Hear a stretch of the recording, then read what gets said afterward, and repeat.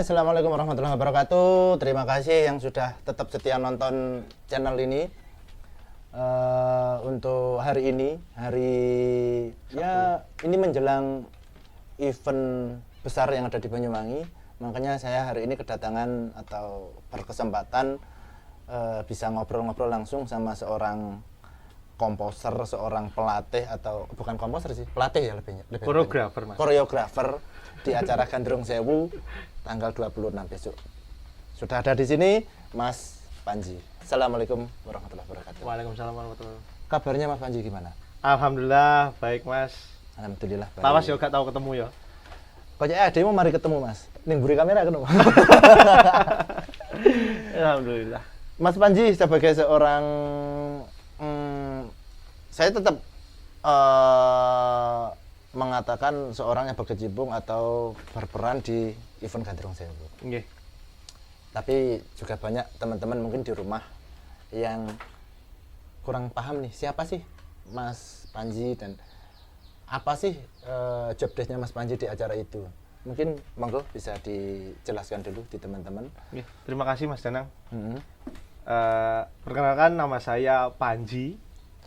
Panji. Nggih. Tanpa petualang ya. Enggak, saya penakluk lainnya, Mas, bukan penakluk ular. Job di saya atau background saya sebagai penari tradisional. Saya di di Kabupaten Banyuwangi sendiri bukan hanya menari di tari kreasi, tapi ada di tarian cocok lampah, temu manten, hajatan ngono, ambi iku Mas, jaranan. Kebetulan Buto. saya juga Buto dan jaranan Buto kreasi lah. Kreasi. Saya juga ada komunitas jaranan juga sama teman-teman. Ya, sampai saat ini masih aktif dan alhamdulillah dari komunitas Nyawiji, teman-teman yang tetap semangat sampai hari ini bisa masih berkecimpung di Gandrung Sewu 2024. Kita untuk teman-teman Nyawiji sudah 3 tahun menangani Gandrung Sewu ini mulai dari awal setelah Corona. Ini hari ini saya masih persiapan untuk acara Festival Panji, Mas.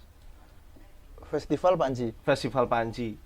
Bukan saya di ya, festival kan ya. Iki, Mas.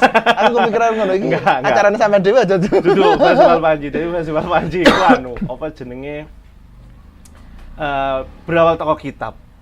Kitab. Ada kitab. Ya kayak contohnya kitab Mahabharata, kitab Ramayana, tapi kitab itu Setanjung. Panji takjub ya. Nah iki yang diambil cerita Panji. Iku Hari ini ya? bukan hari ini, tanggal 22 sampai 24 nang GKJ, Mas. Gedung Kesenian Jakarta. 22 sampai 24 Oktober. Nah, iki sedikit tak potong ya, Mas ya. Oke. Tanggal 22 sampai 24 ada acara di Jakarta. Iya betul. Nah, sedangkan sampean juga menangani Gandrung Sewu. Gandrung Sewu. Betul. Terus ngaturnya, Mas? Kalau ngomongkan ngatur sebenarnya fleksibel ya, Mas. Karena untuk jadwal latihan sendiri tanggal tanggal 19 hari ini ya. Oh iya. Hari ini 19 ini latihan terakhir di stadion. Oh, gladi. Gabungan. Bukan gladi sih. Iya bisa dikatakan gladi kotor ini. Gladi kotor. Terus tanggal 25 saya kan sudah pulang. Oh, 25 sudah ya? pulang, 25 pagi pulang, siang langsung gladi bersih. 26 hari H. Jadi masih aman sih. Boleh nggak cerita sedikit? Ini kayaknya pertanyaan host banget ini kayaknya. Boleh. Awal mula nih, Mas, mulai tertarik di dunia seni, terutama tari lah ya. Oke. Awal mulanya saya masih ada keturunan, tapi bukan tari, tapi pemusik dari Nang, almarhum Nang Mbah Hajir, Iku DE pemusik. Kalau di Kemiran sendiri itu namanya tabuhan gede, Mas. Tabuhan gede. Tabuhan gede iku alat musik yang dibunyikan ketika penyambutan tamu ada hajatan. Iya. Ya kayak ngono Kemiran ngono. Terus akhirnya beberapa keturunan lagi nggak ada, dari Mas, dari Bapak, dari Ibu nggak ada, jatuhnya ke saya. Nah, kemudian pada sudah masuk SD, wis masuk SD iku ada guru baru mungkin ya familiar juga di Banyuwangi, namanya Cak Samsul. Cak Samsul. Heeh, jeneng aslinya Mas Slamet Diharjo. Ah, lah iku kayaknya pernah denger Mas, nggak terlalu familiar lah. Slamet Diharjo, itu salah satu guru saya yang mencetak saya mulai dari belum bisa menjadi apa-apa hingga menjadi partner sekarang. Sekarang partner ya? Bisa dikatakan partner karena kan usia saya kan semakin dewasa, mungkin lek jadi apa ya? Konco sharing lah sekarang. Konco sharing. Ya partner Mas. Iya, konco sharing. Saiki konco sharing. Dulu murid saya Mas. Terus mesti dijari nari ngono. Ini ya Mas, untuk mulai memutuskan terjun di dunia seni tari, apalagi Kancai kan sudah profesional. Betul. Untuk sekarang. Ada pertimbangan-pertimbangan nggak sebelumnya itu? Kalau pertimbangan ada sih Mas. Ada. Kembali lagi ketika saya sudah berkeluarga. Kalau pertimbangan ketika saya masih bujang, intinya nggak ada sih kalau pertimbangan waktu masih bujang ya, karena itu atau menjadi acuan pengalaman. Terus kemudian pembelajaran istilahnya golek jam terbang lah. Terus, nah ketika saya menikah itu pertimbangannya itu ya apa ya Mas? Ya ketika keluar kota, apalagi saya sudah punya anak. Iya. Beberapa hari.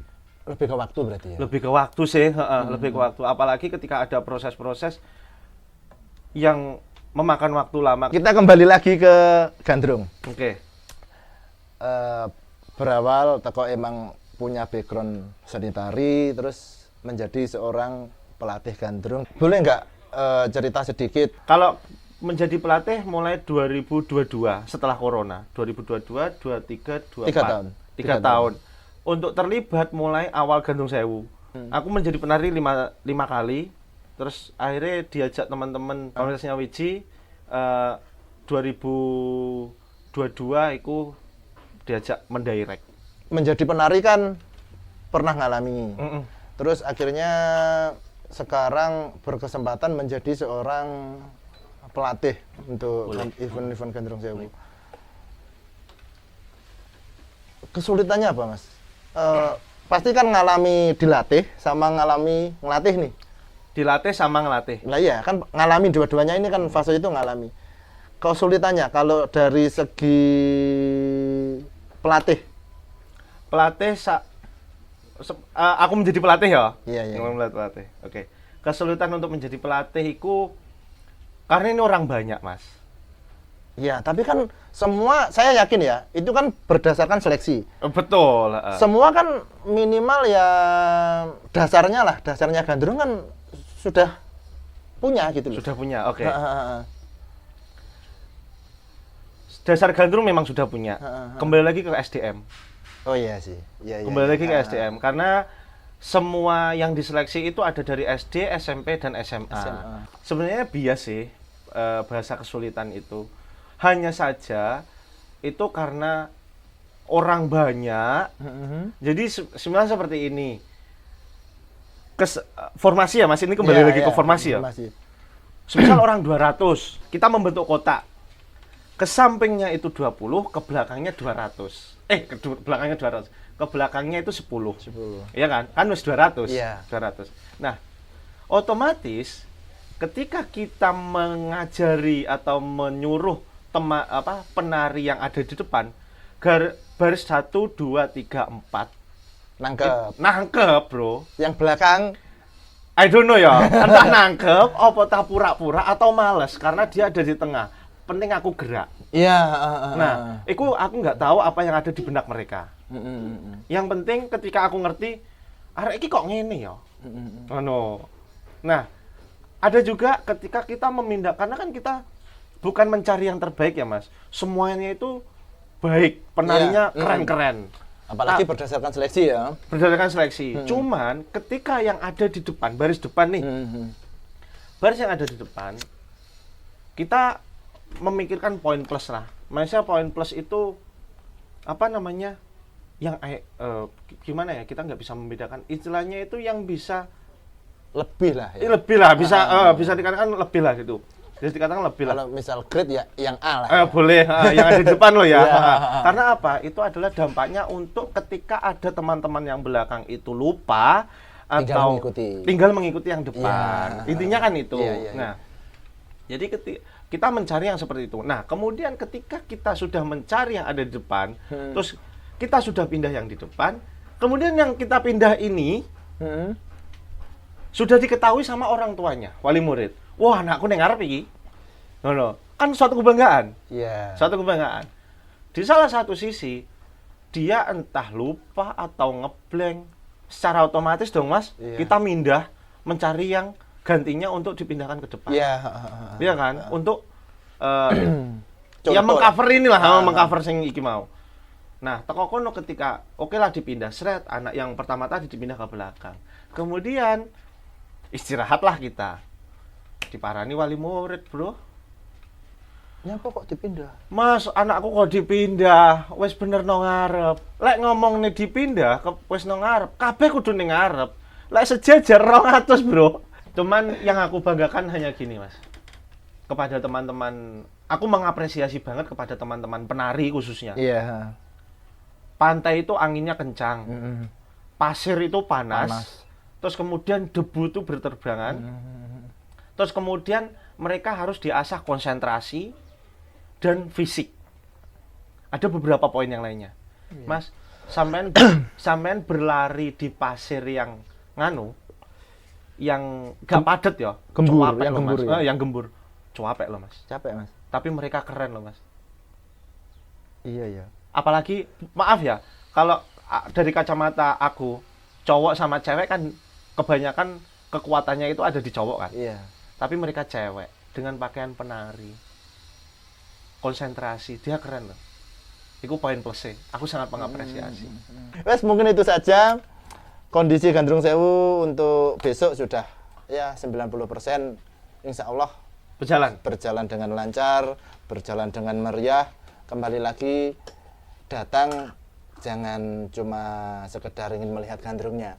Di situ ada UMKM, di situ ada pedagang yang mungkin mengharapkan juga sedikit rezeki dari teman-teman. Ya lah intinya lah dolan sang kurwit wis. Wis itu saja Mas Panji, terima kasih untuk waktunya. Semoga acaranya berjalan dengan lancar. Sampai ketemu di lain waktu dan ketemu di acara besok ya. Amin. Terima kasih waktunya. Assalamualaikum warahmatullahi wabarakatuh.